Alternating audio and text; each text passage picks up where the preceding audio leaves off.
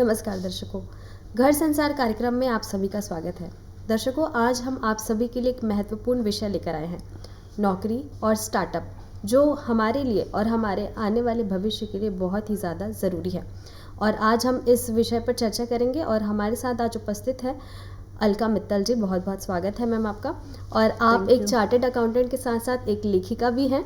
तो आज हम आपसे नौकरी और स्टार्टअप इस विषय पर चर्चा करेंगे। तो मैम, जैसे कि आज जो हमारे युवा हैं उनके पास जॉब अपॉर्चुनिटीज़ बहुत सारी है, उसके साथ साथ स्टार्टअप के लिए बहुत सारी अपॉर्चुनिटीज़ हैं। लेकिन कई युवा ऐसे भी हैं जो डिसाइड नहीं कर पाते कि उन्हें नौकरी करनी है या स्टार्टअप करना है। इंटरेस्ट उन्हें दोनों में होता है। तो इस कंडीशन में वो किस तरीके से नौकरी को चुने या फिर स्टार्टअप को चुने? जी। आपका सवाल बहुत ही अच्छा है। सबसे सर्वप्रथम मैं दूरदर्शन टीम को धन्यवाद कहना चाहूँगी।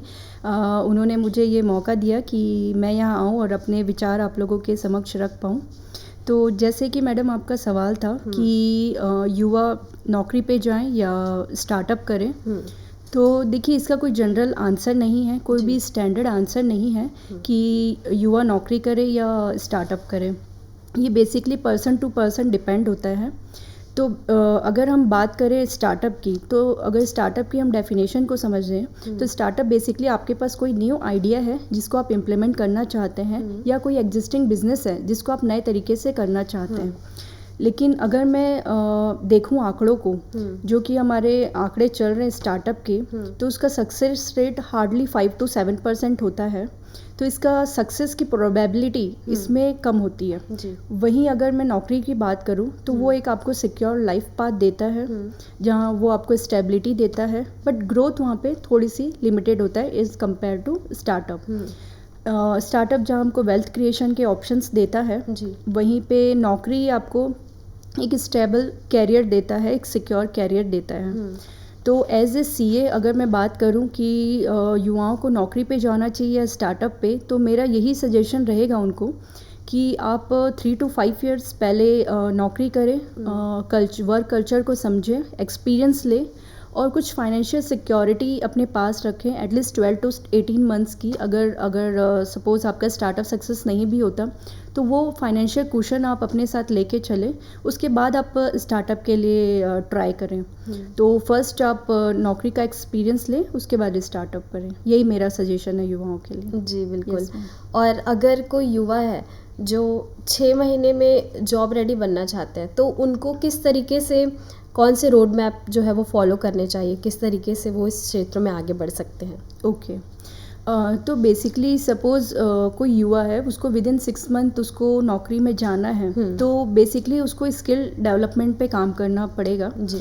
इसके लिए मैं ये बोल सकती हूँ कि जैसे गवर्नमेंट के द्वारा डिफरेंट वेबसाइट है जो कि अवेलेबल है, जो कि सर्टिफिकेशन हमको अवेलेबल कराती है डिफरेंट सेक्टर्स में, चाहे वो अकाउंटिंग के सेक्टर हो, टेक्निकल एस्पेक्ट हो, चाहे वो AI का एरिया हो। तो सारे एरियाज़ में गवर्नमेंट के द्वारा फ्री कोर्सेज स्किल डेवलपमेंट के अवेलेबल है। स्वयं वेबसाइट हो गई, स्किल डेवलपमेंट नेशन की वेबसाइट हो गई। तो ऐसे अगर आप सर्च करेंगे तो 3-4 वेबसाइट्स अवेलेबल हैं जो कि टोटली फ्री ऑफ कॉस्ट है। तो युवा उन वेबसाइट का सहारा ले सकते हैं, अपने स्किल डेवलपमेंट कर सकते हैं और उन चीज़ों को अपने रिज्यूमे में ऐड कर सकते हैं। और उसके बाद अगर वो जॉब के लिए ट्राई करें तो वो उनको एक एडेड एडवांटेज देगा और जॉब मिलने की प्रोबेबिलिटी भी बढ़ जाएगी। तो ये विदिन 6 मंथ अगर वो इन चीज़ों पे काम करें तो आई थिंक वो उनको काफ़ी बेनिफिशियल होगा जी। और आपने स्किल्स की बात की थी, तो जो फ्रेशर्स हैं उनको अपने कौन कौन से स्किल्स पर फोकस करना चाहिए तो वो आगे बढ़ सकते हैं उस क्षेत्र में? ओके। तो मैम अगर मैं आज के ज़माने की बात करूं तो अभी AI का जनरेशन चल रहा है। जैसे आप जान ही रहे हैं, सारी चीज़ें हम ChatGPT आ गई है, बहुत सारे डिफरेंट सॉफ्टवेयर्स आ गए हैं और आगे की जो हमारी जनरेशन है वो टोटली कंप्यूटर बेस्ड है, AI बेस्ड है, सारी चीज़ें ऑटोमेटिक होने लगी है जी। तो आज के जो फ्रेशर युवा हैं, जो न्यूली ग्रेजुएट युवा हैं, वो अगर अपने AI वाले एरिया पे फोकस करें, टेक्निकल एस्पेक्ट पर कोई सर्टिफिकेशन कोर्स करते हैं, डिप्लोमा लेते हैं या डिग्री लेते हैं, तो उनको जॉब मिलने की प्रोबेबिलिटी काफ़ी बढ़ जाएगी। और साथ ही जो बड़ी बड़ी कंपनियां हैं वो ऐसे कैंडिडेट ढूंढती है जो कि आज के ज़माने के हिसाब से अपने आप को टेक्निकली अपडेट कर सके, अपग्रेड कर सके और उनको उनकी डिमांड भी फ्यूचर में ज़्यादा होगी। तो मेरा यही सजेशन रहेगा कि जो न्यूली फ्रेशर ग्रेजुएट है वो इस एरिया में अपने आप को ज़्यादा अपग्रेड करें। जी, इसमें जैसे कि आपने कहा कि हम वक्त के साथ साथ आगे बढ़ते हैं और हमें अपडेट रहना ज़रूरी है। तो आने वाले 5 सालों में जो हमारे जो युवा हैं वो कौन से ऐसे स्किल्स पर उनके फोकस करना चाहिए कि वो अपने आप को अपडेट रखें और वो जो स्किल्स है वो उनके फ्यूचर के लिए काम आए?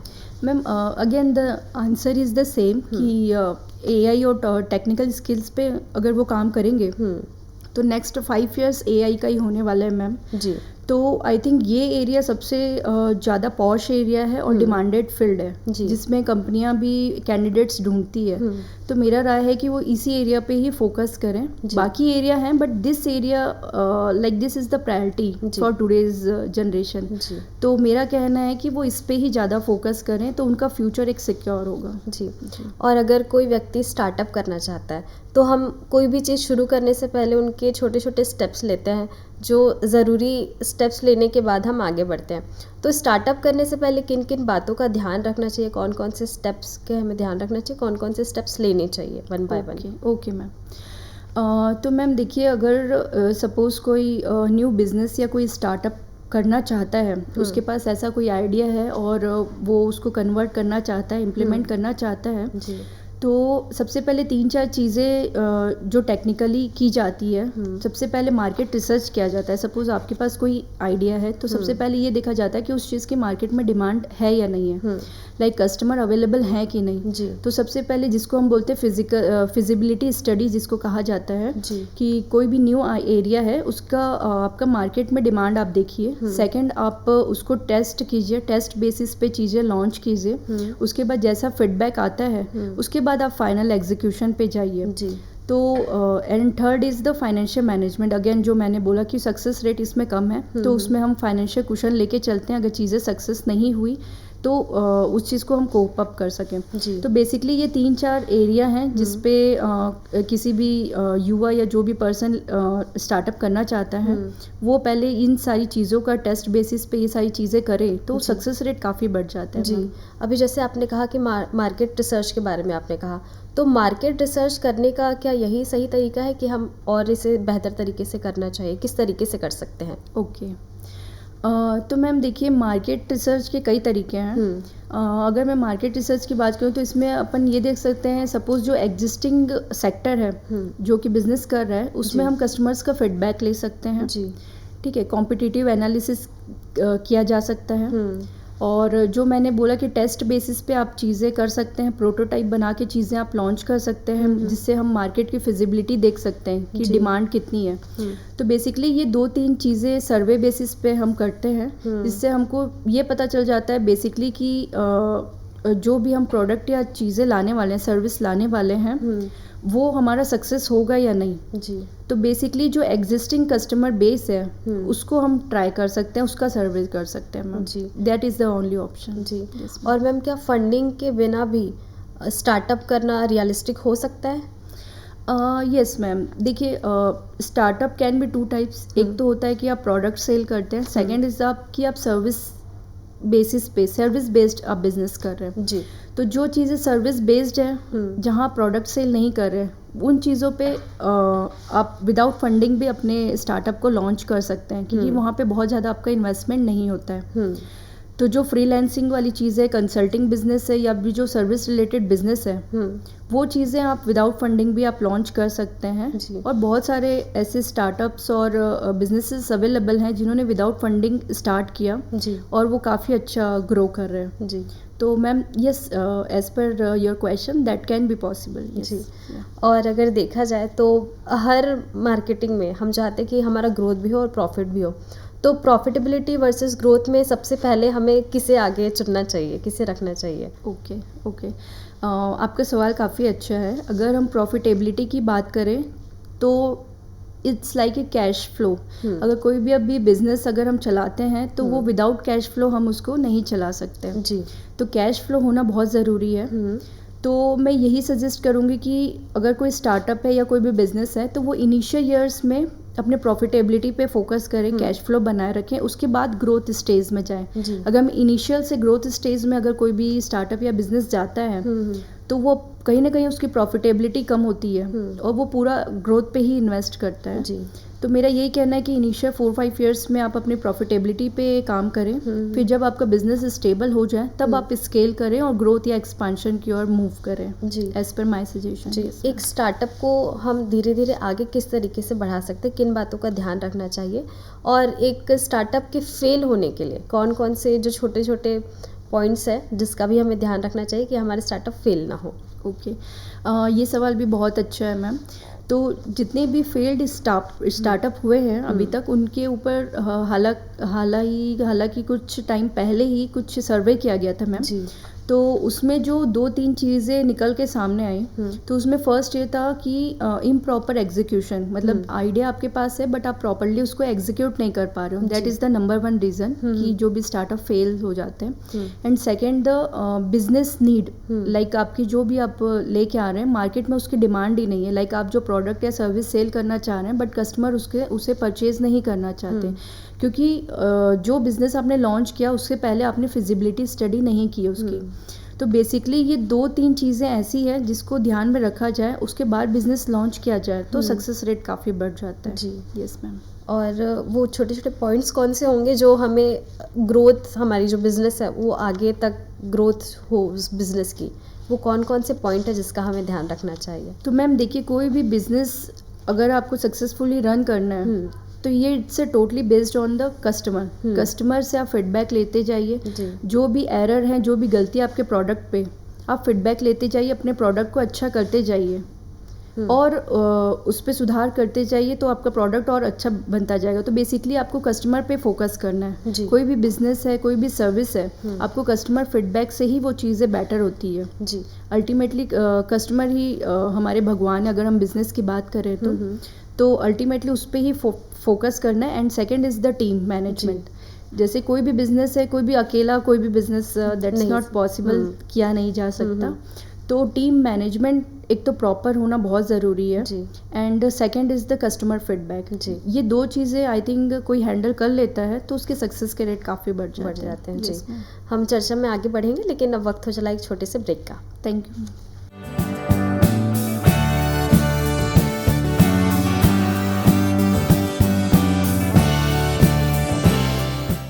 एक जमाने से कहानी है सुना रही आकाशवाणी, फिर आया एंटरटेनमेंट का रेवोल्यूशन, जब कोने कोने पहुंचा दूरदर्शन। कहानी नहीं बदली, स्टाइल गया है बदल। जो कहानियां हम सुनते आए, देखते आए, अब वही वैसी ही कहानी सुनाएगा digital. Download Waves OTT app now and watch for free.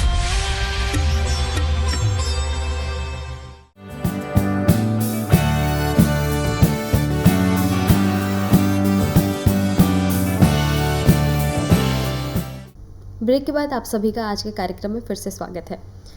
तो मैम, जैसे कि आप एक लेखिका भी हैं, एक ऑथर भी हैं और आपने 2 किताबें भी लिखी हैं, तो हम जानना चाहेंगे उन बुक्स के बारे में, और वो उन बुक्स में किसका जिक्र है, क्या लिखा है आपने, ये भी हमारे दर्शकों को बताइए। जी ज़रूर। तो मैंने जो बुक्स लिखी है वो बेसिकली फाइनेंशियल लिटरेसी पे लिखी है जी, जो कि किड्स और विमेन पे बेस्ड है। मैंने 2 बुक लिखी है जो कि ऑनलाइन स्टोर पे अवेलेबल है। तो मेरा ऐसा मानना है कि फिनेंशियल लिटरेसी की बुक्स हमारे किड्स के लिए अवेलेबल नहीं होती, इजीली अवेलेबल नहीं होती। तो उस चीज़ को मैंने ध्यान पे रखते हुए जो 5 to 12 इयर्स के स्टूडेंट्स हैं, किड्स हैं, उनके ऊपर बेसिकली मैंने ये बुक लिखी है जी। और उसका काफ़ी अच्छा रिस्पॉन्स भी मुझे मिला है मार्केट से। या थैंक यू। और हम चाहेंगे कि वो बुक्स जो हमारे दर्शक हैं वो देखें और वो भी परचेस करें और जो मार्केटिंग स्ट्रैटेजी अपनाना चाहते हैं उस बुक से सीखें। मैम, आगे बढ़ते हैं और मैं जानना चाहूँगी, अब हम जॉब की ओर रुख करते हैं थोड़ा। तो जो छोटे छोटे मिस्टेक्स हैं जब हमसे हो जाती है, जब हम किसी जॉब इंटरव्यू में जाते हैं, तो वो कौन कौन से मिस्टेक्स हैं जिसकी वजह से हम इंटरव्यू में सेलेक्ट होने से रह जाते हैं?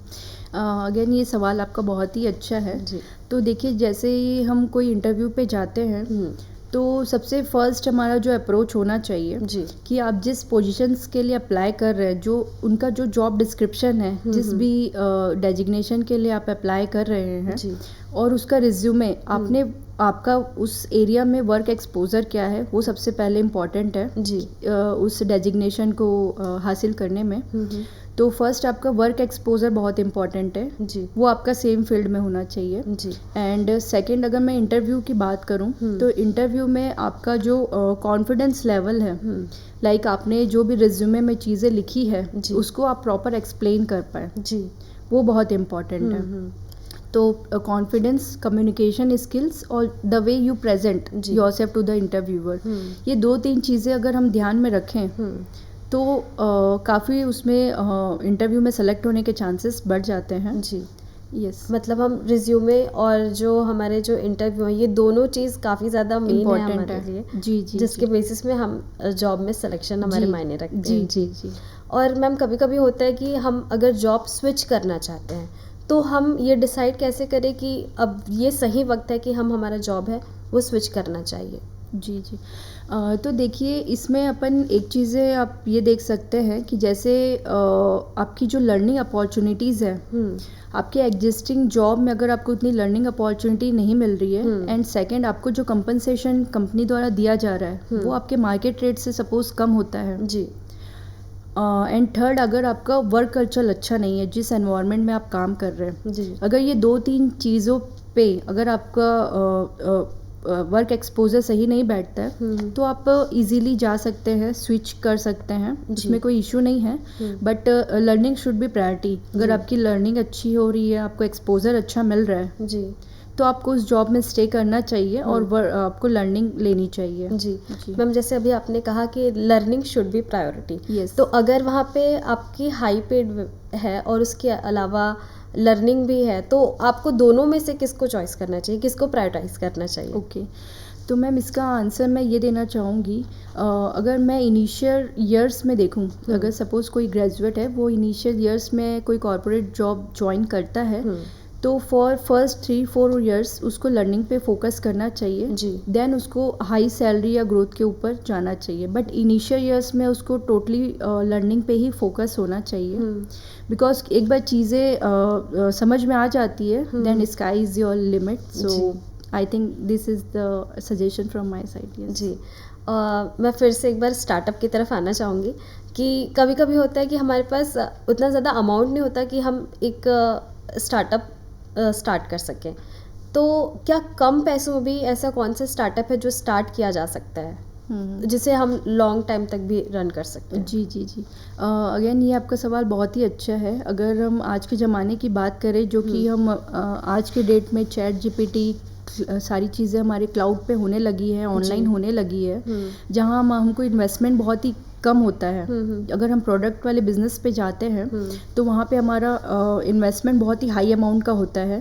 बट अगर हम डिजिटल बिजनेसेस की बात करें, डिजिटल मार्केटिंग की बात करें, फ्रीलांसिंग की बात करें, ऐसी चीज़ें करें कि जो कि सॉफ्टवेयर पे बेस्ड है और ऑनलाइन वेबसाइट के थ्रू की जा सकती है। जैसे कि हमारे पास अभी सोशल मीडिया है, बहुत सारी चीज़ें हैं जो कि पहले नहीं हुआ करती थी।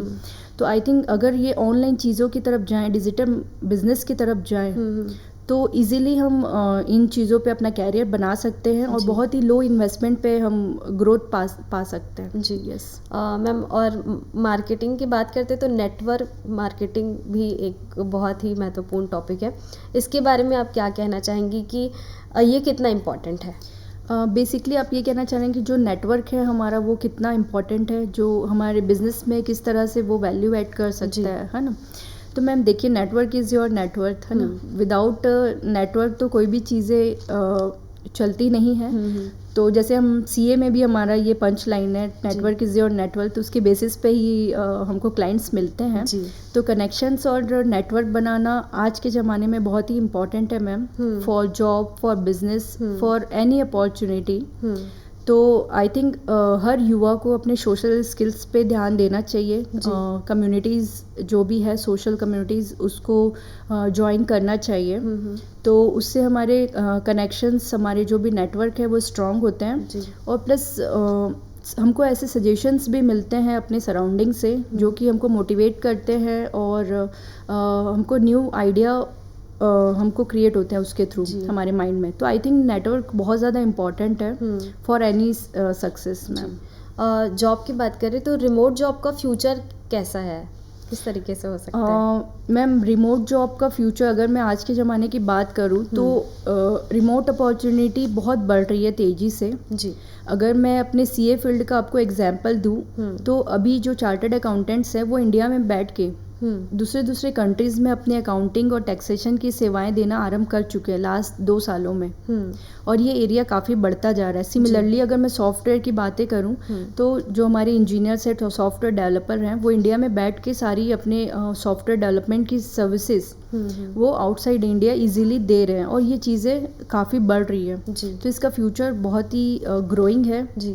और अगर हम ऐसे स्किल्स डेवलप कर लेते हैं जो कि दूसरे कंट्रीज़ में भी रेलिवेंट है जी, तो आई थिंक इसका फ्यूचर बहुत ही अच्छा है और ग्रोथ बहुत अच्छी है। मैम, डिजिटल मार्केटिंग स्टार्टअप के लिए सीखना कितना ज़रूरी है?